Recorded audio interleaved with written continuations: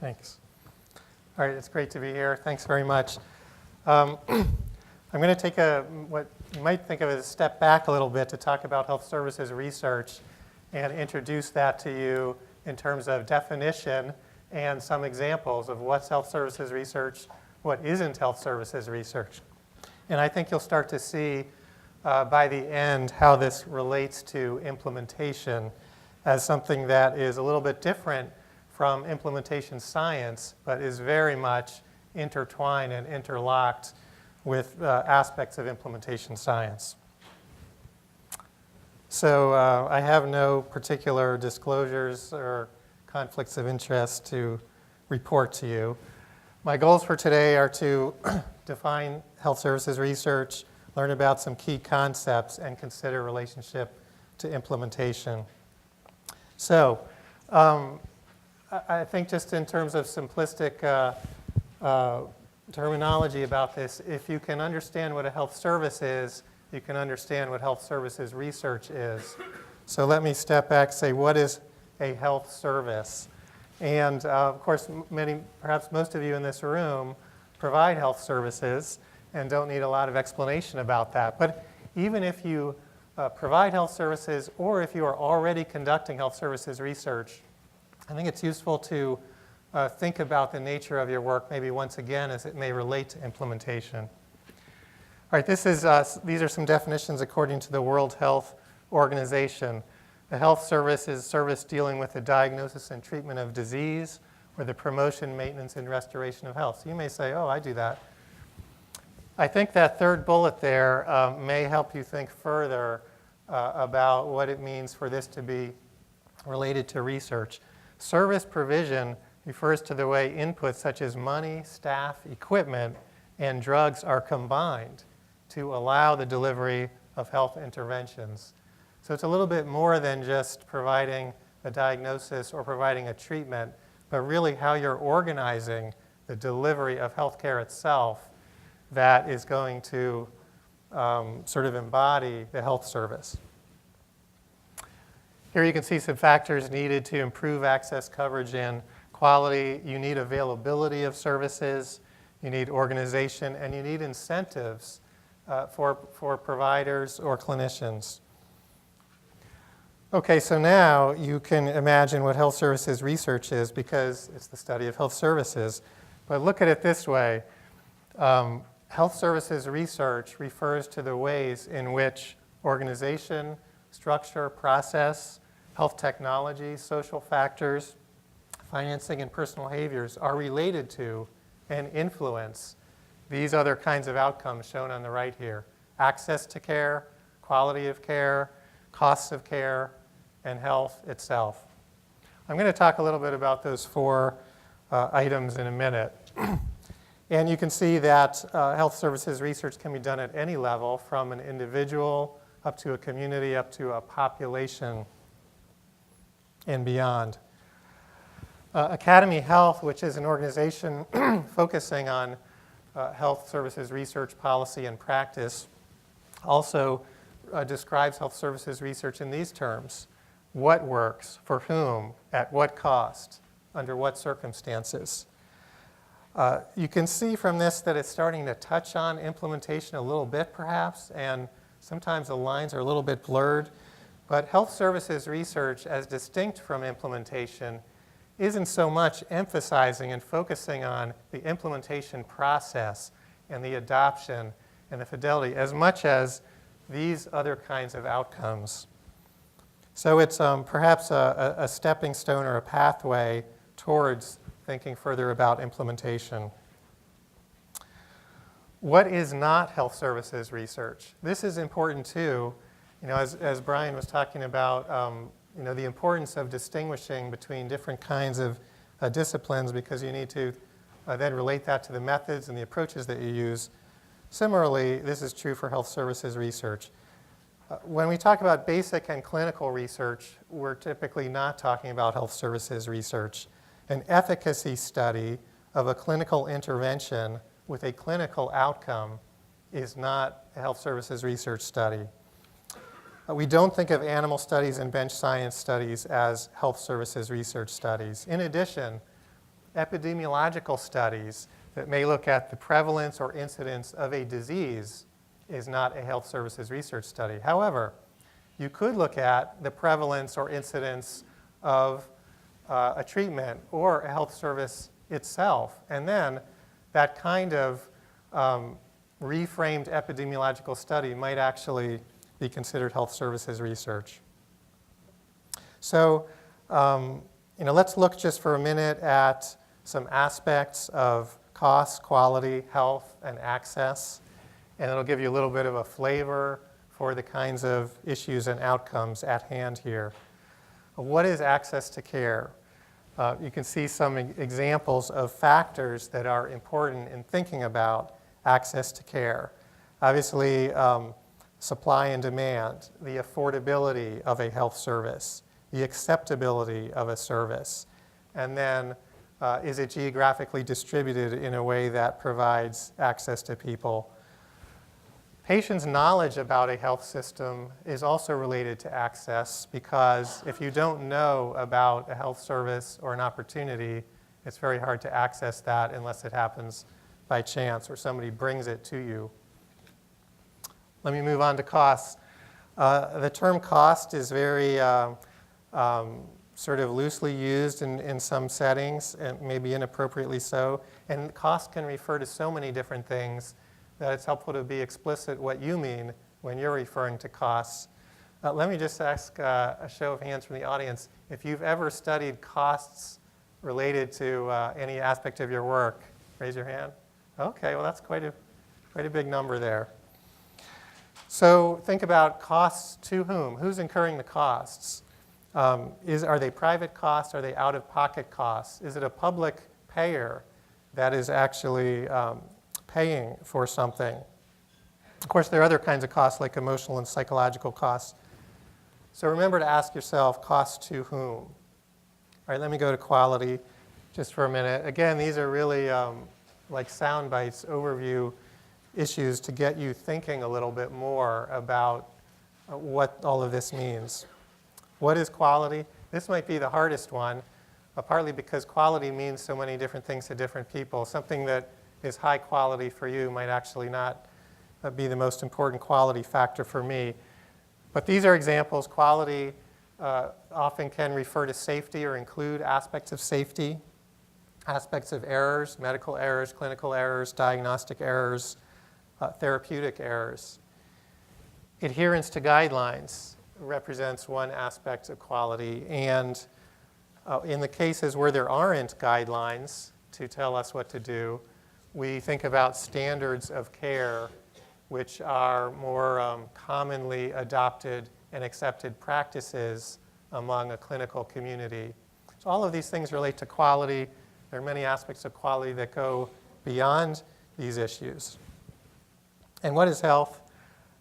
We could spend, I'm sure, many days just talking about that. Some factors are shown here. Quality of life, well-being. So these are a lot of the more subjective things that might be hard to measure, qualitative in nature.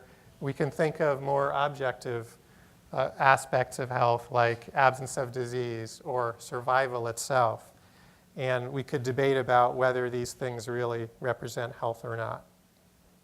Let me talk just for a few minutes about possible study designs or study approaches, because again, that may get you thinking about ways that you could start to think further about health services research. You do need to pick a study design that actually matches the research question that you have. Sounds very obvious, right? But it's a mistake that has been made many times where the wrong study design is actually selected for a question. We can have observational or interventional studies even in health services research. Many of the studies in the field are observational in nature, but of course if I'm trying to introduce a new health service or change a health service or improve it, then I may be looking at an interventional study design.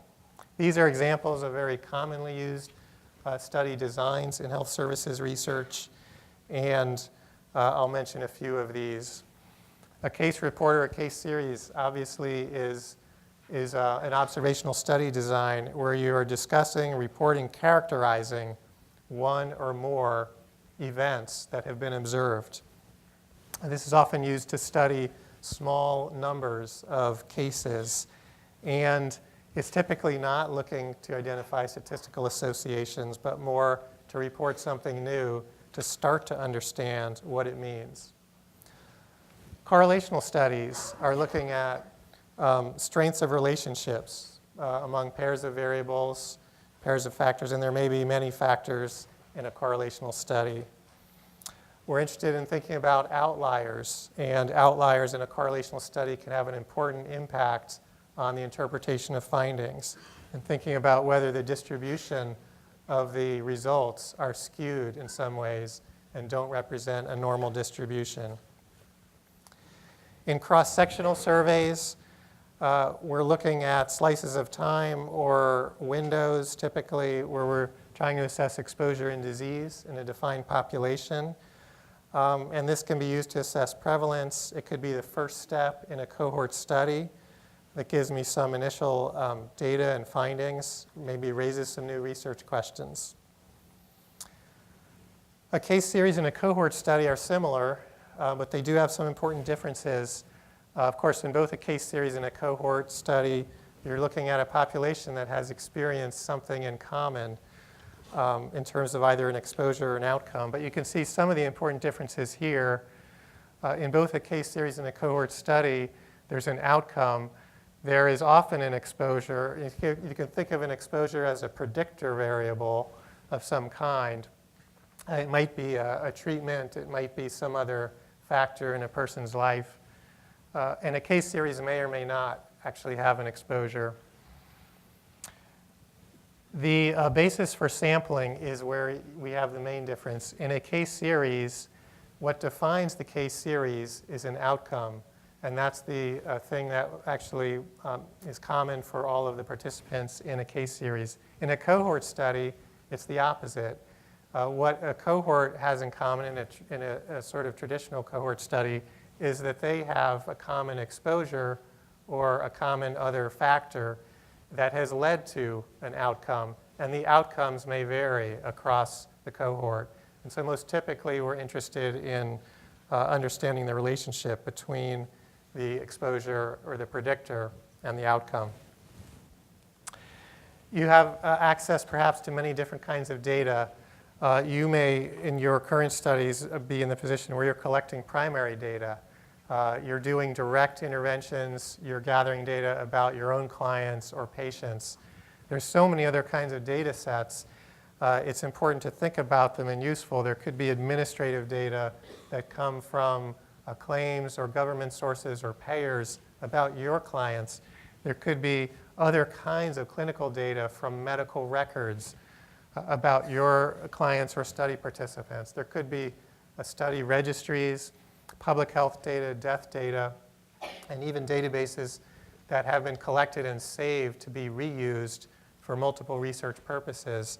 In health services research, we often use combinations of data sets that we can link with each other to enrich the findings that we can actually generate from a study design.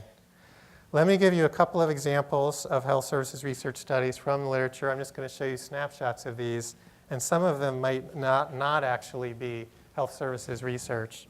I've just highlighted some phrases that are indicative of a kind of service. Here's one that is a survey of otolaryngology services in Central America, discussing needs for comprehensive intervention. And as I've just sort of gone through some literature and identified examples, in this particular study, the scientists or clinicians are looking at variation in the availability of different kinds of clinicians by country, and then differences in the training programs by country. So this is a good example, I think, of health services research because it's looking at the actual access, perhaps, to services and what the differences are according to different factors. Here's another one, implications of the World Report on Disability for responding to communication disability in underserved populations. Again, you're getting this flavor. Services, access to care, maybe some issues with quality.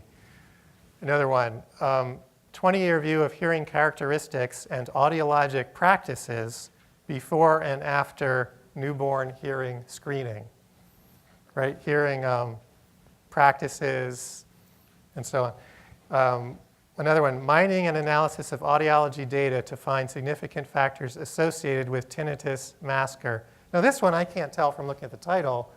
Are they talking about, is this really health services research, or is it more clinical study looking at clinical factors with outcomes and predictors of outcomes? I think we might not be so sure on just looking at the title. Regional differences in outcomes after cochlear implants in children.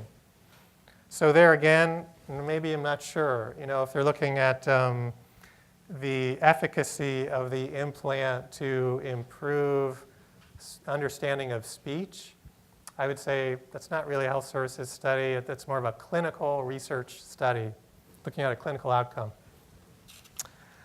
I was on the bus yesterday coming over, and there were two people, or three I think, at the meeting, but one said, I'm from Southern Connecticut. He's in the back. He's saying, I study ultrasound to help people understand their placement of their tongue. That's an example of a clinical research study, not a health services research study. It could become a health services research study if one started to look at some other aspects of that treatment. And then another person from Iowa City was saying, and I was just listening, I wasn't actually engaged in the conversation. It was very helpful. It helped me think about your work. So somebody from Iowa City was saying, I help children learn how to construct complex sentences using language cues. Again, that is a clinical study, but it could become a health services research study once you want to look at some other factors like, is this, how much does it cost? Does everybody have the ability to engage in such a kind of an intervention or a practice? Does it actually help well-being? Does it help other kinds of outcomes? This one was looking at aspects of, you can see here, parent participation, support teacher hours, mode of communication, educational placement. In a particular intervention, it was comparing geographic areas within a country, east side of the country, west side of the country. This is health services research. Okay, winding it down. Oh, this one's about parachute use to prevent death. And if you haven't seen that one, right. We think that everyone might benefit if the most radical protagonists of evidence-based medicine participate in a double-blind, randomized, placebo-controlled crossover trial of the parachute. If you haven't seen that one. So it's a good example of a few things. First of all, it's not health services research. It is clinical research. And second, an example of a study that we couldn't do. We couldn't do that intervention, but we could study it. We could look at and observe the natural practice of parachute use. And depending on our outcomes, we could turn it into a health services study. Okay, so common pitfalls. I do want to touch on this before I end, because this is very important. First of all, think of ascertainment problems. Think about is your ability to ascertain either a treatment, a population, a disease, is that reflecting the sample or the population that you are actually interested in? It never will perfectly, and so your question is, how close am I? How good is my ascertainment? Think about missing data, non-linear data, outliers. Nowadays, if we're submitting grant proposals to NIH or HRQ, other agencies, if we don't actually talk about how we're going to handle missing data, it's probably a major flaw in the study design. Relating resource utilization to quality. Some people sometimes make the mistake that if I'm coming into my clinic more often as a patient it means I'm getting better care. That might be true. The opposite might be true. It might be that I'm actually really sicker than everybody else, and that's why I need more care. And you can't tell the relationship between resource utilization and quality unless you dive into it and understand it. Association does not prove causation. If two things are associated, it may be that one causes the other, but you might not be sure which one causes which, and it might be that neither one causes the other. You have to look for that problem if you want to find out and understand it. Confounders and bias, obviously, are very important problems. So I'm going to skip a couple of slides just for the sake of time and just end here with, well, how is this related to implementation? You know, I think from Brian's talk and the other presentations here, you might start to be understanding this now, because when you look at the box at the bottom, which contains some factors related to implementation and implementation science, integrating findings into practice, reasons for adoption and effectiveness, applying findings in new settings. These things are really intertwined with the health services factors that are shown here at the top from when I was describing it earlier. And so depending on where you'd like to focus your problem, your research question, it may be a services question, it may be an implementation question, it may be some of both. And I think just like there are hybrid designs with clinical research and implementation science, one could imagine a hybrid design with health services research study and implementation science. And many such studies have been designed and conducted. Academy Health, if you'd like to find a professional society that dedicates their attention fully to this, it's Academy Health. And they do not just research with policy and practice. Key points I've mentioned already, but they're summarized here. Think about your study design, your sampling, your sensitivity and specificity of ascertainment, your missing data. And I saw someone else had a word cloud in their slides too. I thought it was just neat. But these words represent the top most common journal titles in health services research over the last year or two. So you can get a flavor there too. I'm talking about services, care, use, patients, and some of the other specifics like cancer. Thanks a lot. I'm looking forward to the rest of the session.